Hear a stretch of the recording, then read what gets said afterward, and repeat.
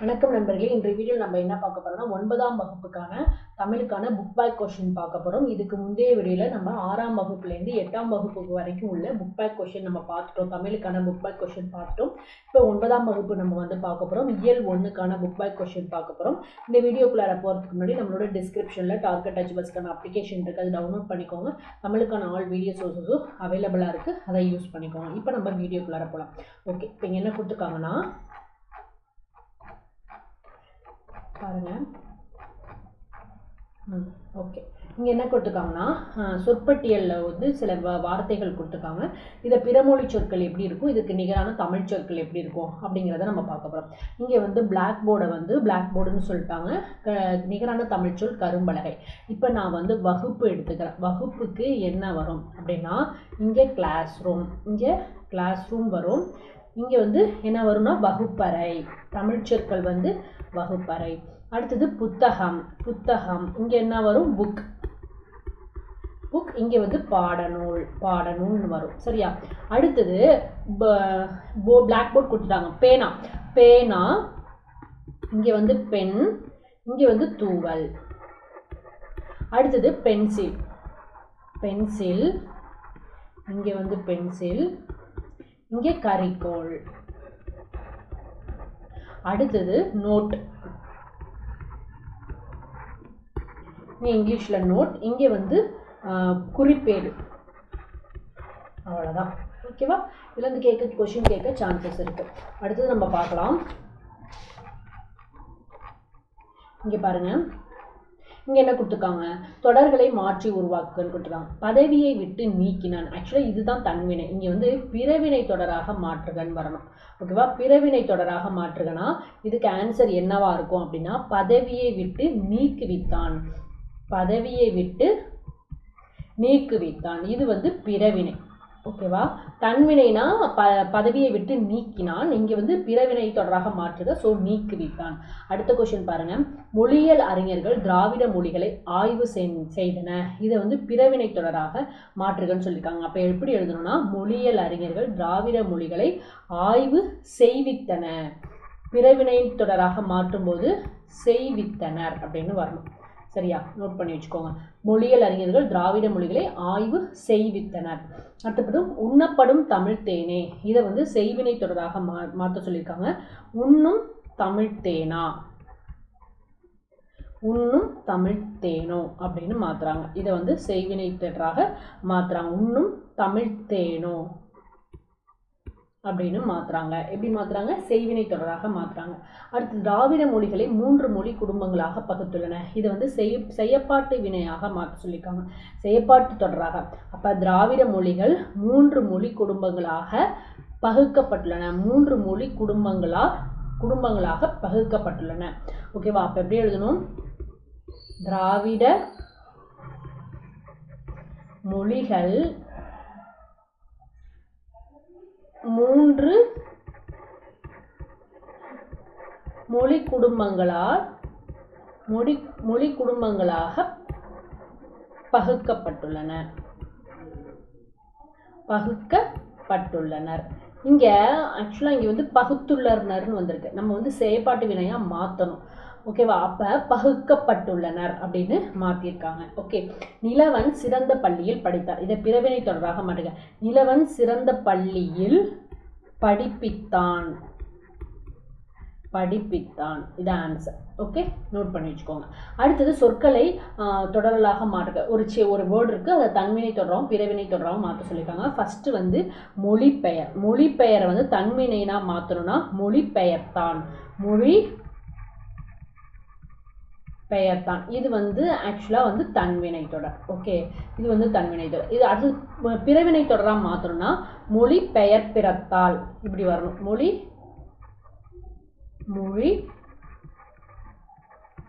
பெயர் பிறத்தால், பெயர் பிறத்தால். இது பிறவினை. புரியுதா?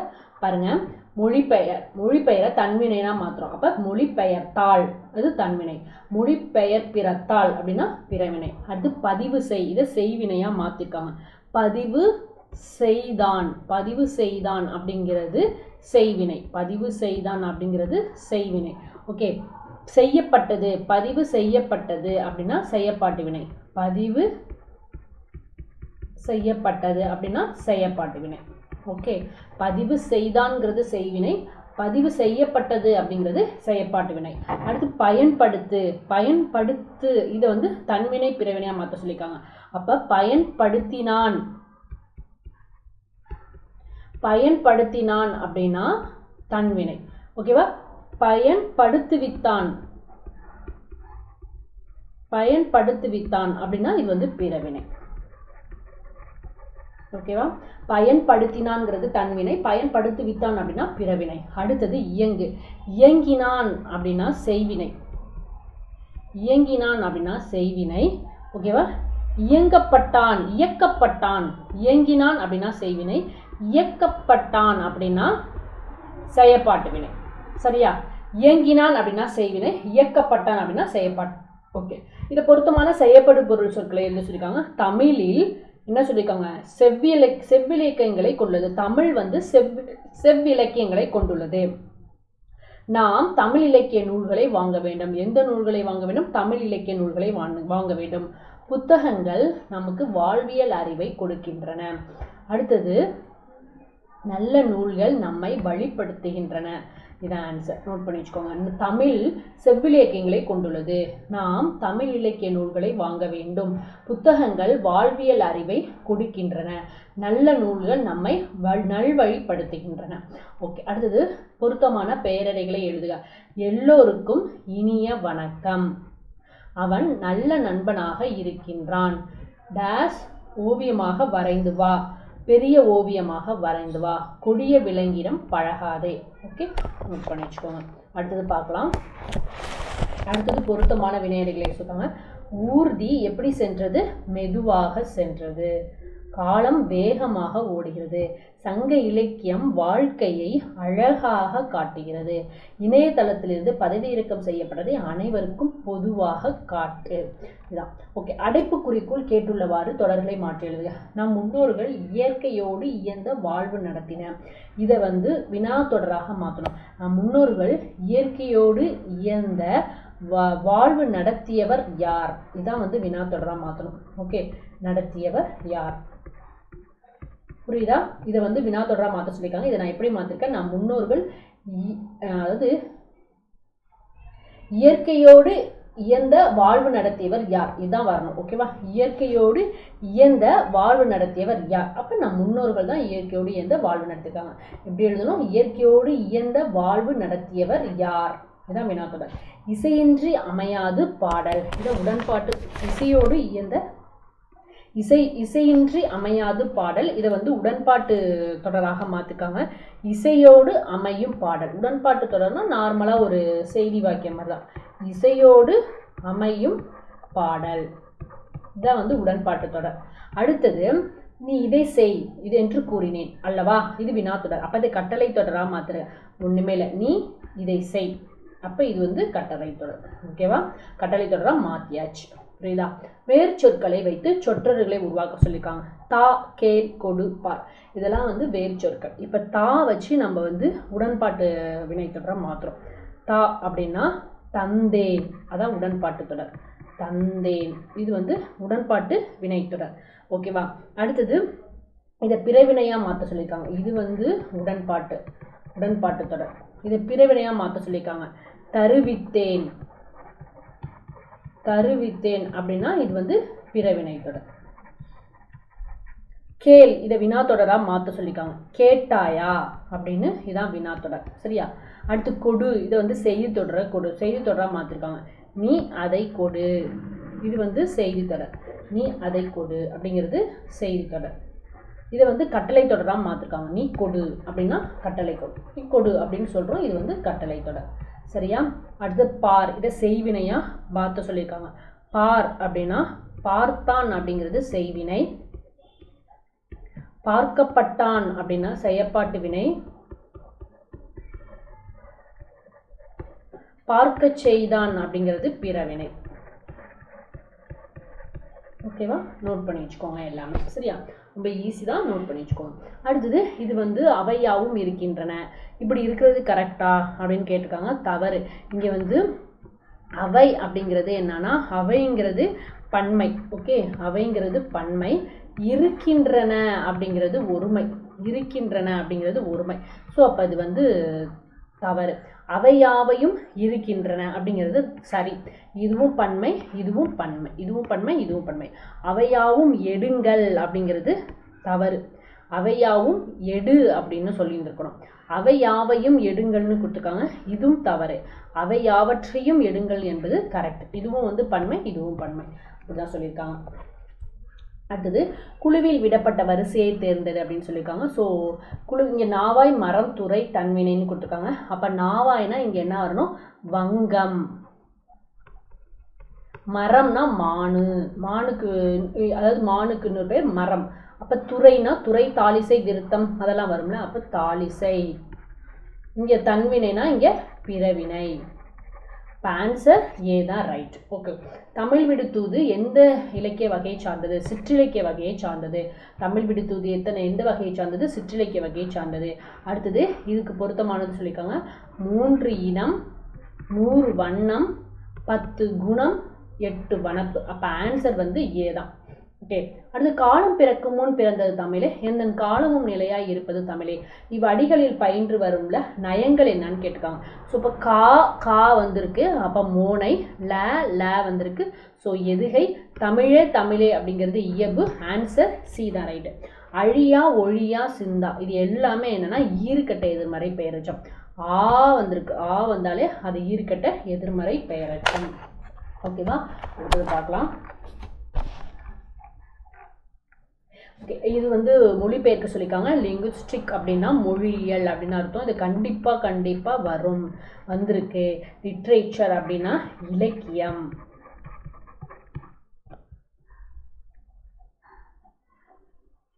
ஃபிலாலஜிஸ்ட் அப்படின்னா மொழியியல் அறிஞர். மொழியியல் அறிஞர். பாலிகிளாட் அப்படின்னா பன்மொழி அறிஞர். ஃபோனாலஜிஸ்ட் அப்படின்னா ஒலியியல் ஆய்வறிஞர்.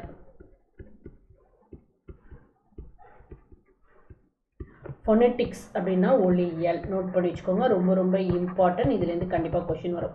இந்திய மொழிகளின் மூலமும் வேறுமாக தமிழ் திகழ்கின்றது. வைதேகி நாளை நடைபெறும் கவியரங்கில் கலந்து கொள்வாள். உலகில் 3000 மொழிகள் பேசப்படுகின்றன. குழந்தைகள் அனைவரும் சுற்றுலா சென்றார்கள். தவறுகளை திருத்தினான். ஓகேவா, அவ்வளோதான். நோட் பண்ணி வச்சுக்கோங்க, கண்டிப்பாக வரும். அடுத்தது பாருங்க. ஓகே, இங்கே இறந்த காலம், நிகழ்காலம், எதிர்காலம். வா அப்படிங்கிறத எழுத சொல்லியிருக்காங்க. நான் வந்தேன் அப்படின்னு இறந்த காலம். வருகிறேன் நிகழ்காலம். நான் வருகிறேன், வருகின்றேன் அப்படின்னா நிகழ்காலம். எதிர்காலம்னா நான் வருவேன் அப்படின்னு வரணும். ஓகேவா, அடுத்து நாங்கள் வந்தோம், நாங்கள் வருகின்றோம். இங்கே வந்து எதிர்காலம், நாங்கள் வருவோம். நீ வந்தீர்கள், நீ வந்தாய் அப்படிங்கிறது இறந்த காலம். நீ வருகிறாய் அப்படிங்கிறது நிகழ்காலம். நீ வருவாய் அப்படிங்கிறது எதிர்காலம். நீங்கள் வந்தீர்கள் அப்படிங்கிறது இறந்த காலம். நீங்கள் வருகிறீர்கள்,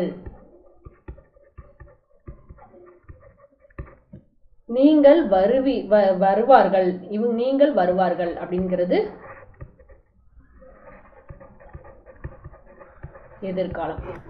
அவன் வந்தான், அவன் வருகிறான் நிகழ்காலம். அவன் வருவான் எதிர்காலம். அவள் வந்தாள் இறந்த காலம். அவள் வருகிறாள் எதிர்காலம், நிகழ்காலம். அவள் வருகிறாள் அப்படிங்கிறது நிகழ்காலம். அவள் வருவாள் அப்படிங்கிறது எதிர்காலம். அவர் வந்தார் அப்படிங்கிறது இறந்த காலம். அவர் வருகிறார் அப்படிங்கிறது நிகழ்காலம். அவர் வருவார் அப்படிங்கிறது எதிர்காலம். அடுத்தது அவர்கள் வந்தார்கள்.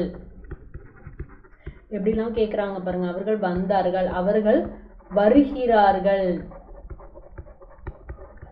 அவர்கள் வருவார்கள். அது வந்தது. அது வருகிறது. அது வரும்.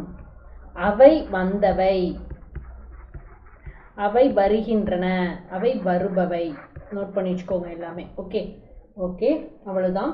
இப்போ வந்து இதை வந்து காவியா அப்படிங்கிறத வினையை வந்து வரைன்னு வச்சு அதை தன்வினை பிறவினையாக மாற்றணும். ஸோ மாற்றலாம். ஃபஸ்ட்டு ஒன்று வந்து காவியா. இதை எப்படி எழுதலாம்னா காவியா போட்டியில் வரைந்தாள். இது வந்து தன்வினை.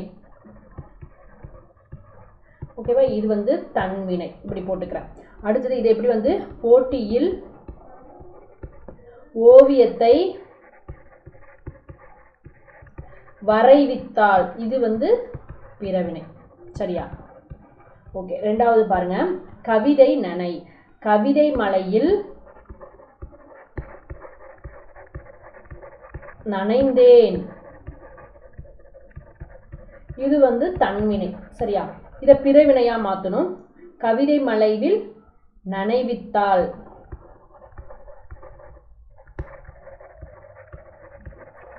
நனைவித்தாள்.